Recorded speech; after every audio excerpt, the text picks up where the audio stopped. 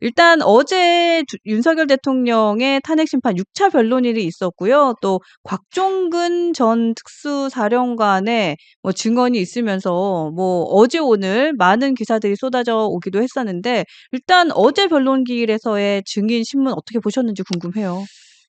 예, 곽종근 전 사령관은 제가 볼 때는 국회에서 했었던 발언의 기조를 네.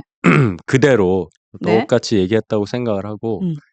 다만 이제 거기가 뭐 심판정, 뭐 법정이나 마찬가지죠. 네. 예, 법적 판단을 받는 자리이니까 네. 실제로 들은 단어가 뭐냐, 음. 인원이라고 했냐, 국회의원이라고 적시를 했느냐, 네.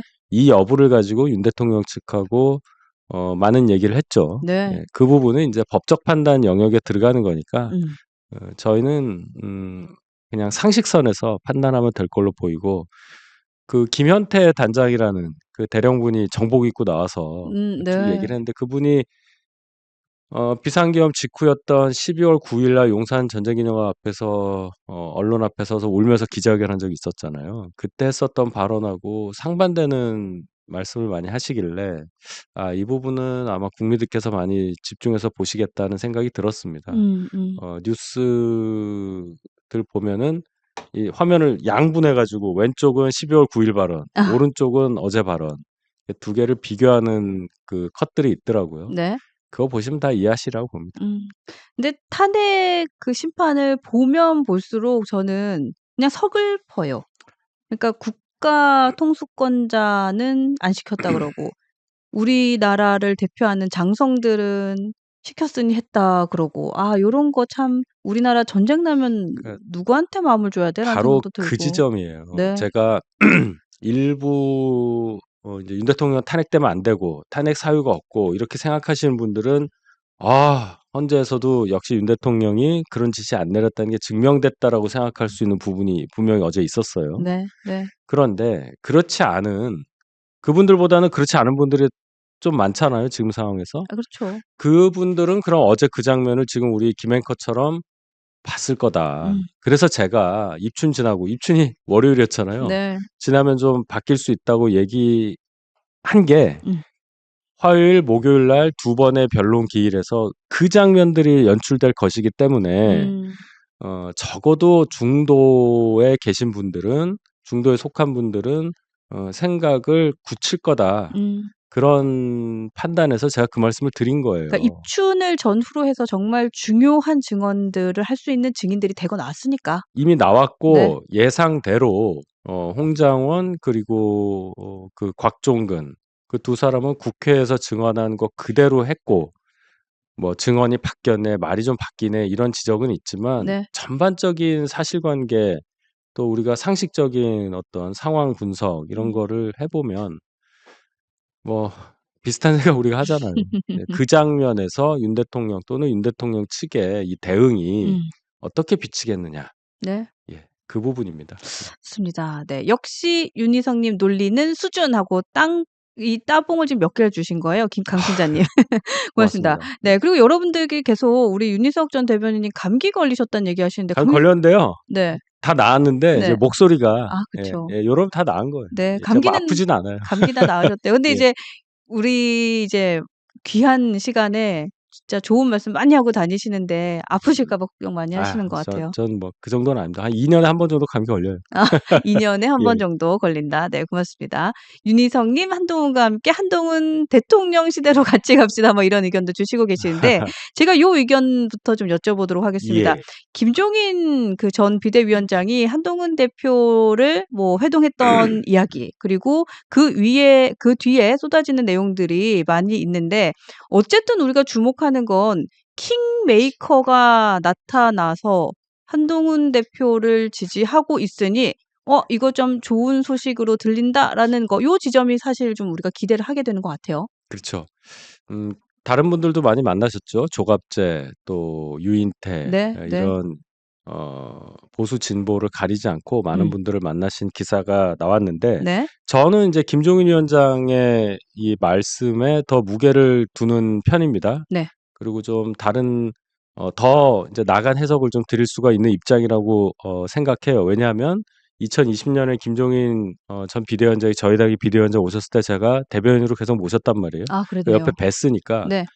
이분이 말씀하시는 그 어떤 맥락, 음.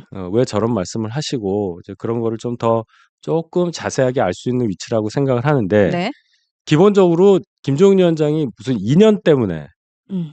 뭐 어떤 뭐 상황 때문에 없는 말을 하시는 분이 절대 아니잖아요. 아, 그런 신뢰는 있죠, 예. 사실 국민들이. 일단 한동훈 전 대표를 처음 만났다는 거 아니에요. 아, 이번이 예, 처음 처음. 만나신 거예요? 예, 그냥 뭐 조우에서 이렇게 악수하고 그런 장면이 있었는데 진짜로 대화를 직접적으로 한 건 처음이었다. 1대1 회동이 예. 처음이시군요. 그런데 인제 저 말씀을 하신 거. 그리고 사실 이 만나시기 전에도 계속 비슷한 얘기를 하셨어요. 음. 한동훈 전 대표에 대한 어떤 가능성, 잠재력에 대한 평가를 쪼금씩 하셨단 말이에요. 그래서 제가 분명히 만나실 거라고 생각을 했었고, 음. 만나셨다고 했길래 아무하고나 만나겠습니까? 아, 그래서 그렇죠. 아마 꽤 괜찮은 평가가 후속적으로 나오겠다 했더니 음. 어제 라디오에서 그 네. 월간 김종인이더라고요. 네, 맞아요. 달에 한 예. 번씩 나와서 하시는 건데, 음. 그래서 이제 결론은 김종인 위원장의 판단이 지금까지 음 틀렸다고 말하는 부분이 별로 없었다. 그쵸. 예를 예. 들어서 이 4.7 재보궐 선거를 통해서 10년 만에 오세훈 시장이 복귀를 할 때도 네. 제가 인제 옆에서 쭉 이렇게 봤는데, 여러 음. 상황을. 그때도 박원순 시장이 20년도 7월 달에 갑자기 사망을 하고 서울시장 재보궐 선거가 딱 인제 열린다 네. 했을 때 김종인 위원장이 "우리가 오세훈 내면 이긴다. 오세훈밖에는 당선될 사람이 없다."라고 분명히 말씀을 아, 하셨어요. 고찰 예. 내시가네요? 아, 그때도. 예. 그래요? 아주 얼마 안 됐을 때. 그러니까 그 오. 판단을 그대로 견제하고 쭉 가서 결국은 단일화까지 해서 서울시장에 복귀해서 지금 대선 주자로 나설 수 있는 상황까지 아, 왔잖아요. 그렇죠.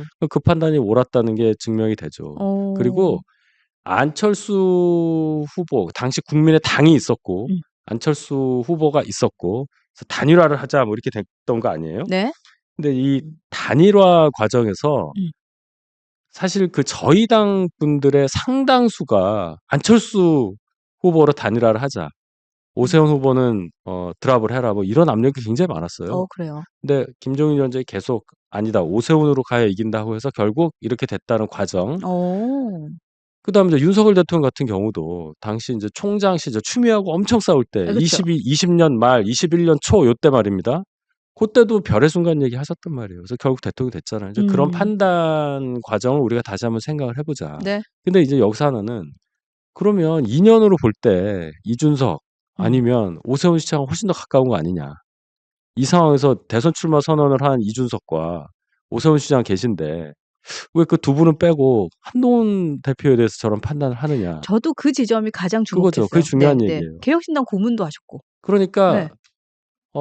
그냥 맞는 말만 하신다 이렇게 음. 보시고, 물론 그 판단의 절대성 다 맞냐, 음. 그 부분은 인제 우리가 검증을 또 해 봐야 되겠지만, 어쨌든 지금 상황에서는 김종인 위원장이 한 대표에 대해서 평가한 부분은 네. 대단히 큰 의미를 갖는다. 네, 이건 네. 사실이죠. 그러니깐요. 아까 어떤 분이 이제 의견 주셨는데 그 우리 김종인 전 비대위원장 "촉이 진짜 빠릅니다." 뭐 이런 얘기도 하시고 "눈치 빠릅니다." 이런 얘기 하시더라고요. 촉과 눈치로 표현할 수도 있겠지만 저는 거기서 인제 더 나가서 봅니다. 이 김종인 위원장이 40 년생이세요.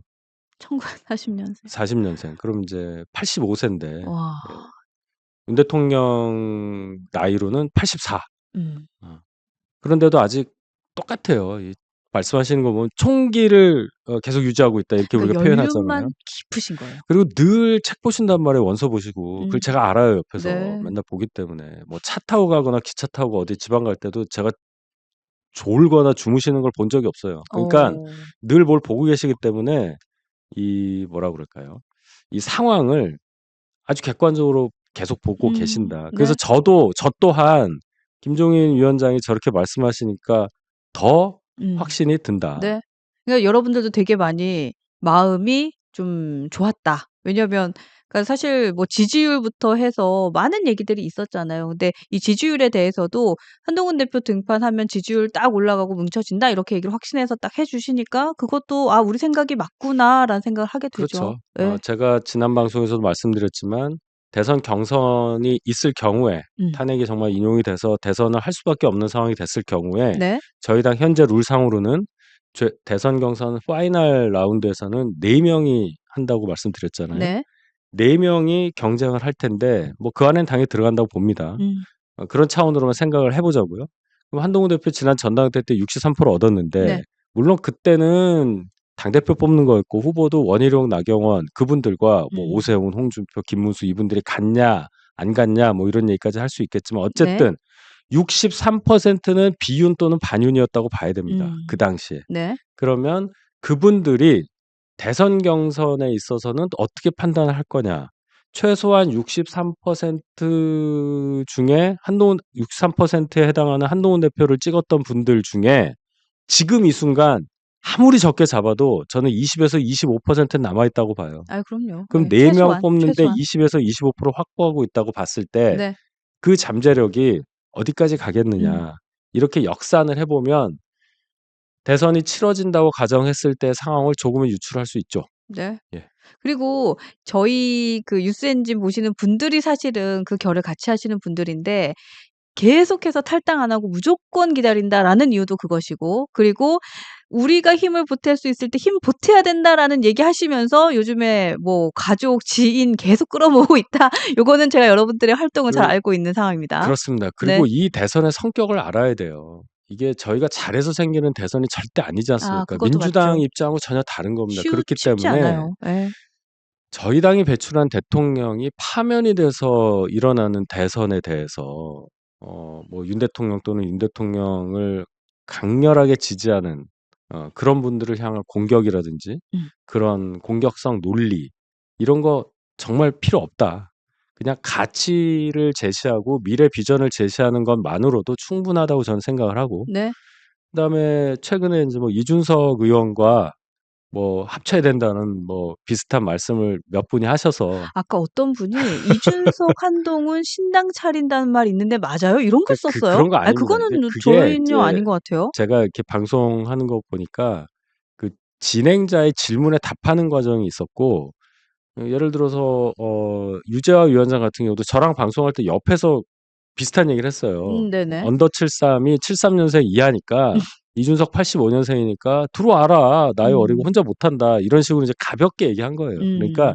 이 이준석 의원과 관련한 얘기에 대해서 네. 너무 이걸 무겁고 예민하고 결정적으로 받아들일 필요는 전혀 없다. 지금 상황은요. 지금 우리가 이준석을 생각할 지금 그런 상황이 아닙니다. 예 절대로 그런 거 아니라는 거 제가 말씀을 드려요. 예. 그러니깐요. 그러니까 여러분들도 그러니까 약간 뉴스 엔진의 우리 구독자분들, 시청자분들이 좀 싫어하시는 몇 분 있는 거 압니다. 그중에 이제 이준석 의원 얘기하시면 굉장히 좀 힘들어하시는데 뭐 어쨌든 여러분들 그러니까 그게 어떤 그 맥락에서 나온 얘기인지를 좀 보시고 판단하셔도 좋을 것 같다라는 생각이 듭니다. 네. 너무 파르르 하지 말아 주세요.